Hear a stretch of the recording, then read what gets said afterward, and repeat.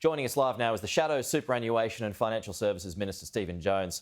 Stephen, good to see you. Thanks for your time this morning. So we'll start off with super. It is, after all, as we know, it's your money. What is wrong with taking it out to buy your first home? It is your money that has been set aside for a specific purpose, and that is retirement income. What is wrong with this plan is that it will blow up the housing market in Australia, sending already record housing prices even higher, a point conceded by the government spokesperson this morning.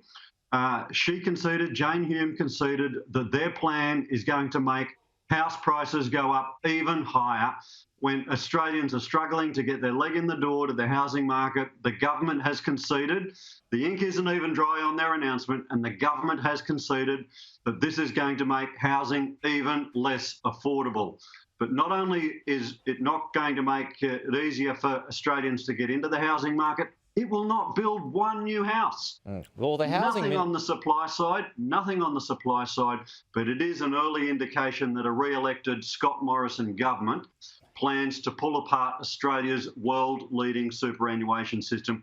No wonder every serious Liberal Party thinker has kicked this out of the park every time it's been brought up to them, because they realise it's seriously dumb policy. OK, I'll get to supply in just a second, but I had the Housing Minister on the program last day, Michael Sukkar, as well as the Property Council, and both say that it won't have a material impact on prices because it only relates to first home buyers.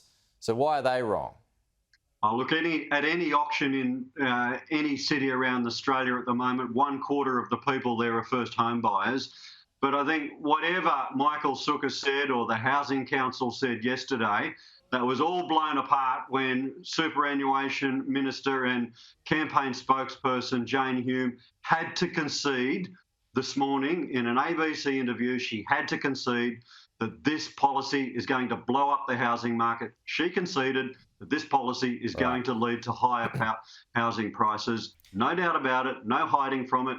First day out, policy put under pressure, and Jane Hume has had to agree with the thing that Peter Costello, that Malcolm Turnbull, that Matthias Cormann, that Minister Rushton have all agreed with over the last few years, that this is dumb policy that is going to put a skyrocket under house prices in Australia. Dumb policy may be, but Paul Keating thought it was a good idea back in 1993. What's changed? Paul Keating's thoughts on this policy couldn't be clearer. Anybody who read his statement that he released yesterday afternoon makes it quite clear that there is no support from PJK on this policy. But it was back in 93, though. He did. He was in government from 93 to 96 and didn't move forward with this policy because when exposed to serious scrutiny, everybody has realised that it's dumb policy, dumb economics, and it shouldn't happen. Something that might sound like a good idea to win a few votes is actually going to have the opposite impact. It will blow the housing market up in Australia, making housing prices even less affordable for young Australians and people trying to get into the housing market. OK, now into supply, which many people regard as the root cause of everything at the moment. But critics say it's not just the government, but Labor that hasn't done enough to announce a plan to address that. So why is it so hard? We did announce a plan to address this. Firstly, in the area of social housing, we have committed to build an additional 10,000 social houses.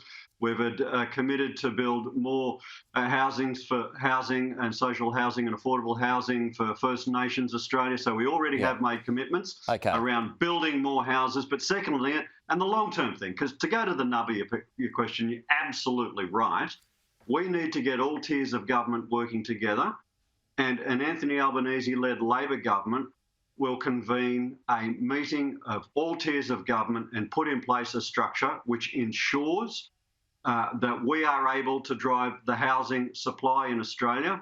That requires local governments to release land and get the right sort of planning in place. It requires state governments to remove the obstacles for further release of land, and the Commonwealth Government coming in there and coordinating the action. Labor will do it. OK, just back on supply though. I mean, you do have that announcement there of 10,000 extra homes. But the National Housing Finance Corp says by 2032, Australia will be 163,400 homes short. That's compared to population growth normalising. So, I mean, even despite your announcements, nowhere near enough long term. Yeah, let me state again, there are two parts to our supply side solution. One, what we will commit to doing immediately out of the Commonwealth Government's own purse and ensuring through Housing Australia, we're committing to leaning in and putting in place that 10,000 a year new housing bill. But in addition and on top of that, putting in place a supply council to ensure that we can get all tiers of government working together to increase the housing supply in this country. We get it. Scott Morrison doesn't. If we want to make housing more affordable, we've just got to build more houses. It's as simple as that. Labor's committed to working with every other tier of government to get supply-side solutions working. OK, well, on that, and particularly local councils, why not pay local councils a supply increase bonus to change laws? Yeah, we'll look at solutions with local councils and the state government, state and territory governments, but we've got to get elected first. We have committed to putting in place a tripartite arrangement to deal with planning and taxation and all the other obstacles, so that the Commonwealth Government doesn't take the attitude that Scott Morrison does, that this isn't his job, that this isn't his hose to hold.